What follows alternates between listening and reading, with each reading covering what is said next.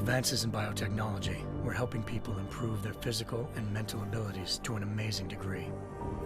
Provided, of course, they had enough money. A new breed of people was emerging, half human, half machine. And in Detroit, at least, not everyone was happy to see it. I'd just landed a job as head of security at Sarif Industries, a cutting-edge biotech firm. David Sarif himself handpicked me for the job, said he needed me to keep his people safe. My ex, Megan Reed, was one of them. Brilliant neuroscientist, Megan had found a way to make augmentation safe and affordable for everyone. All she had to do was present her research to Congress. But the night before her big meeting, my security measures failed. A team of Black Op mercenaries stormed into Sarif headquarters, massacring everyone in sight. 3 of the mercs were heavily augmented walking tanks. Their mission? Take out Megan and her team. I tried to stop them, but their leader tossed me through a plate glass wall. Last thing I heard as his bullets slammed into my brain was Megan's dying scream. I should have died with her. Only I didn't. High-end military-grade enhancements saved my life. The best augmentation Sarif's money could buy. It took me half a year to get a feel for her. Should have taken longer. But 6 months into my recovery, Sarif Industries was attacked again. This time, by a radical group of pro-human purists. Violent, militant, and fanatically opposed to human augmentation. They claimed to be members of Humanity Front, a non-profit organization that wanted the UN to limit biotechnology research. The thugs broke into Sarif's factory and found machinists working overtime on a top-secret military augment called the Typhoon. Sarif sent me to retrieve it, and when I did, I found one of the so-called purists next to it, wired with cerebral implants, trying to download its classified specs. Obviously, something more was going on. The AUG killed himself before I could question him. Sarif ordered me to dig deeper, so with the help of Frank Pritchard, Sarif's head of cybersecurity, I did. Turns out a second hacker had been controlling the AUG's actions from somewhere off-site. Pritchard and I tracked his signal to a secret FEMA internment camp in Detroit. The Black Op mercenaries were there. The same mercs who'd left me for dead 6 months before. Figured they'd try again when they saw me. It wasn't so easy for them this time. I took out the tank named Barrett, even got him to give me a new lead. A penthouse apartment in China. Of course, we both knew it would be a trap in the end.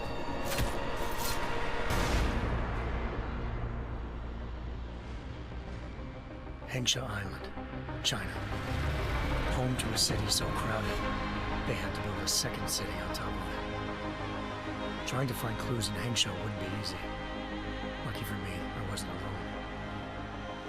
Farida Malik, Sarif Industries' ace pilot, had lived in Hengsha before. A good person to have on your side.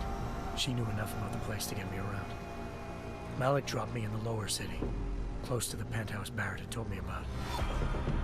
Bell Tower Associates, a private security firm under contract to the Chinese government, had agents tossing the suite when I arrived. Just not for the reason I'd been expecting. Turns out the man who lived there was a criminal hacker named Van Bruggen. The same hacker who'd been remotely controlling the AUG in Sarif's factory.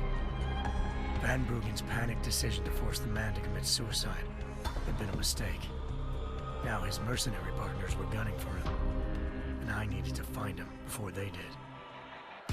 Locating Van Bruggen meant playing nice with the Triads, Hengsha's organized crime lords. They had the hacker holed up inside a low-rent capsule hotel. By the time I found him, Van Bruggen had no qualms giving up the woman who hired him. Zhao Yunru, president of the Taiyang Medical Corporation. According to Van Bruggen, Zhao wanted to monopolize the augmentation industry and had hired Black Op mercenaries to destabilize her competition. Sarif Industries was at the top of her list. To prove this, I needed to get inside TYM and grab a surveillance hologram off a server. I suspected Van Bruggen was hiding something when he told me this, but nothing could have prepared me for what I saw. Megan wasn't dead. She and her 4 best researchers had been kidnapped, spirited away somewhere while their kidnappers made it look like they were dead. Desperate to learn more, I confronted Zhao in her penthouse. She claimed to be a pawn in a bigger plan, and hinted at a group so powerful it controlled global interests at a whim. Then she slipped into a panic room and hit the alarm, forcing me to make a very quick exit. I figured Zhao was lying, but part of her confession made sense.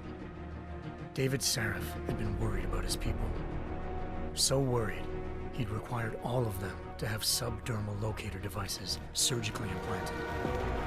The GPOs would have been broadcasting the day of the attack. But Zhao said a single call to Picus, the world's leader in global 24-hour satellite news, had turned those signals off. I needed to fly to Picus headquarters in Montreal if I wanted to learn more.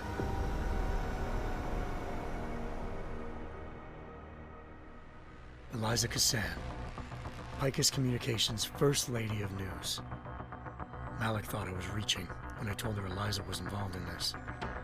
The world's most famous news anchor, working with a mercenary hit squad. But when I confronted Cassan in her office, she freely admitted to jamming Detroit's satellites the night Megan's team had been taken. Said she's just been following her commands. I suspected she wanted to say more. But Black Op mercenaries showed up looking to shut us both down. And just like that, the Eliza I'd been talking to disappeared. The Mercs were led by an augmented killer I'd crossed paths with twice before, Fedorova, a woman who'd made silence her best friend. She waited for me to track Eliza's transmission to a secret server room underneath the Picus complex, then jumped me from behind. A deadly fight ensued. I made sure she never moved silently again. With Fedorova down and no one left to keep Eliza quiet, she reappeared. Turns out Picus's First Lady of News wasn't a lady at all. She was a sophisticated AI program, engineered to monitor data streams and control what people believed. Eliza told me the Mercs had brought in a Humanity Front doctor named Isaiah Sandoval to remove the scientist's implanted tracking devices while Detroit's satellites were down. She also told me to speak to David Sarif if I wanted to learn more. By the time Malik and I got back to Detroit, tensions between normal and augmented citizens had reached a flashpoint. Riots were breaking out in several cities, and the UN was being urged to intervene. Sarif was trying hard to convince Hugh Darrow, the inventor turned philanthropist who'd once been a leading proponent of enhancement technologies, to help stop a possible regulatory vote. Sarif had a lot riding on Darrow. Megan's discovery would have given millions of people the chance to evolve beyond their normal human abilities, and at the same time catapulted Sarif Industries to the top of the Fortune 500. According to Sarif, Megan's kidnappers knew this, and didn't want people evolving unless they controlled how it was done. He called his enemies Illuminati, and urged me to keep searching. Determined to do so, I tracked down Sandoval via America's most outspoken augmentation opponent, Bill Taggart, Sandoval's boss and founder of Humanity Front. Sandoval admitted to operating on Megan's team when I confronted him, but said he hadn't removed their GPLs. He'd merely switched them to a different frequency. Pritchard was able to trace one of the signals to China. Malik and I immediately took off in pursuit. Unfortunately, the Illuminati were one step ahead.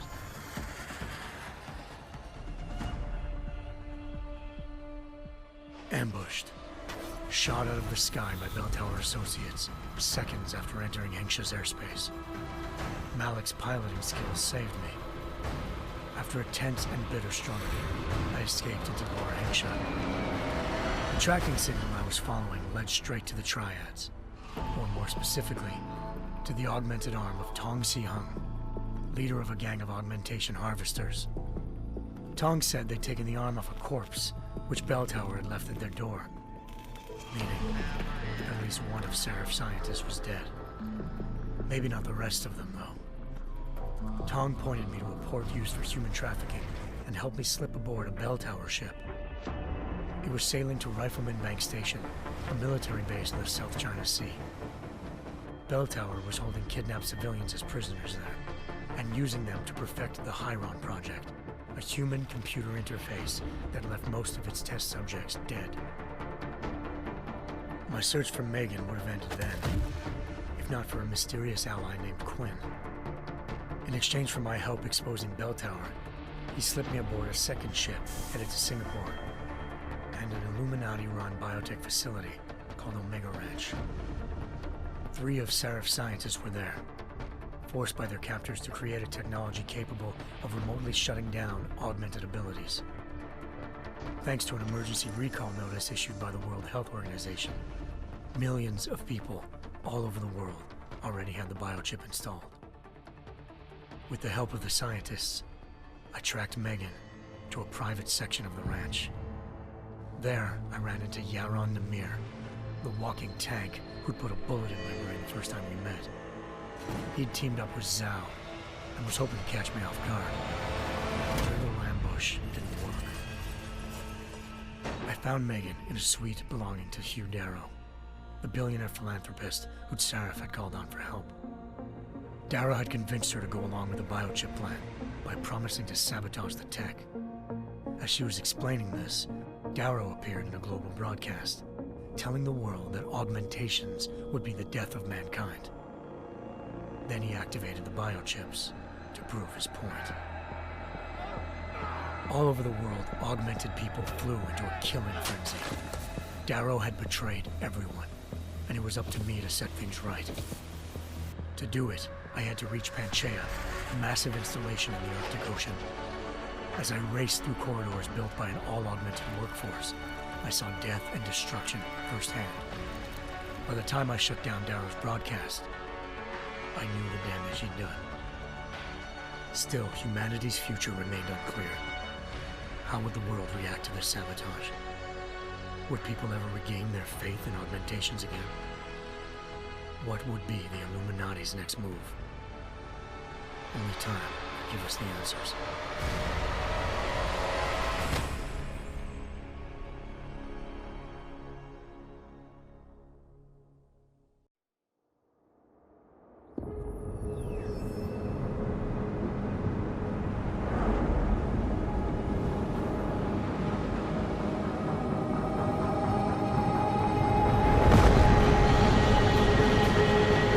I once thought I could save the world. Now look at it.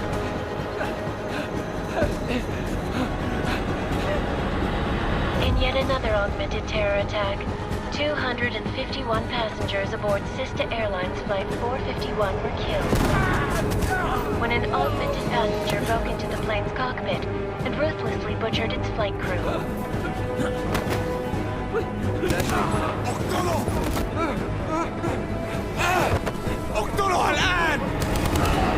Details recovered from the black box recorder suggest that the man may have been suffering flashbacks to the AUG incident. That horrible day 2 years ago when augmented people all over the world flew into a psychotic killing spree, causing the greatest loss of life in recent history. Sometimes, you just have to let go and embrace what you've become. Not gonna go all wonky on us now, Hansa, are ya? Well, if I do, MacReady, I guarantee you'll never see it coming. Agent Jensen! Am I gonna have a problem with you? No, sir. No reason to assume you would. Good, because you are the only augmented operative on this team, and I intend to make good use of you. Listen up, all of you. We got a sandstorm barreling down our arse and we can't afford to make mistakes. We're going after this man, an arms dealer named Shepard. He's ex-Bell Tower, one of the Special Forces commanders who disappeared during the incident. And he's come out of hiding. That cannot be good. It's not. He's selling weapons and military-grade augments to terrorists. This is Aran Singh, the undercover agent who lured Shepard out of his hole. Best you see Interpol's got. For 3 years he's worked hard to get in tight with the Jinn, an Iraqi smuggling cartel that's infected the Eastern Hemisphere like a plague. Last week, our arms dealer sent a message to the Jinn, offering to sell them a shitload of black market merchandise dirt cheap. They told Singh to handle the buy. They're not gonna like it when Interpol disrupts their party. Singh's cover really that good? It is right now. We need to keep it that way. This is where the deal's going down. A half-finished high-rise hotel that's been abandoned ever since the incident. It's not a pretty picture inside. Let me guess. Most of the laborers were augmented with heavy-duty industrial rigs. So when the incident hit, and they all went schizo, things got gruesome real fast. And no one, except for some homeless junkies, have been inside the place ever since. So what's the plan, Director? Singh's meeting Shepard on the ground floor, inside the hotel's main atrium. He sent the bulk of his Jinn crew to the penthouse levels to secure a vantage point. I want McCready's team to take up positions overlooking the atrium and make the arrest. Jensen, you're going in solo from the roof. My objectives? Keep the Jinn from joining the party. As far as we can tell, only one route connects the atrium to the penthouse level, a halfway decent elevator shaft. Here. I want you to block access to it. Fine. Just cut me loose. Do you plan on relying solely on your augments for this one? I'd recommend taking a little hardware, just to be sure.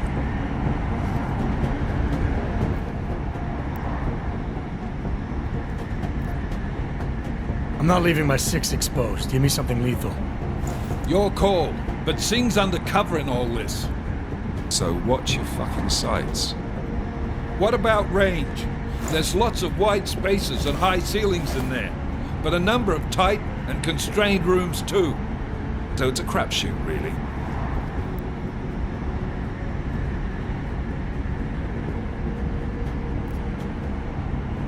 Well, I'm not looking to play dice with anyone in there. Give me something with distance. Your call. Less chance of being seen and compromising Singh that way. One last thing, Jensen. Singh said the Jinn are using some sort of portable Wi-Fi device to boost communications. He's got a better chance of maintaining cover if you disable it. I'll keep an eye out for it. But aren't we on the clock here? You said there's a sandstorm moving in. There is, and we got the intel on this mission at the very last minute. So we're scrambling a little. If it comes to it, your number one priority is keeping the Jinn out of that atrium. Copy that. Time to put away your heavy thoughts, gentlemen. We're approaching the target building. You're up first, Jensen. Let's do this. Task Force Actual. This is Knife Leader. Engage Hush drives and descend to Angels 1-5.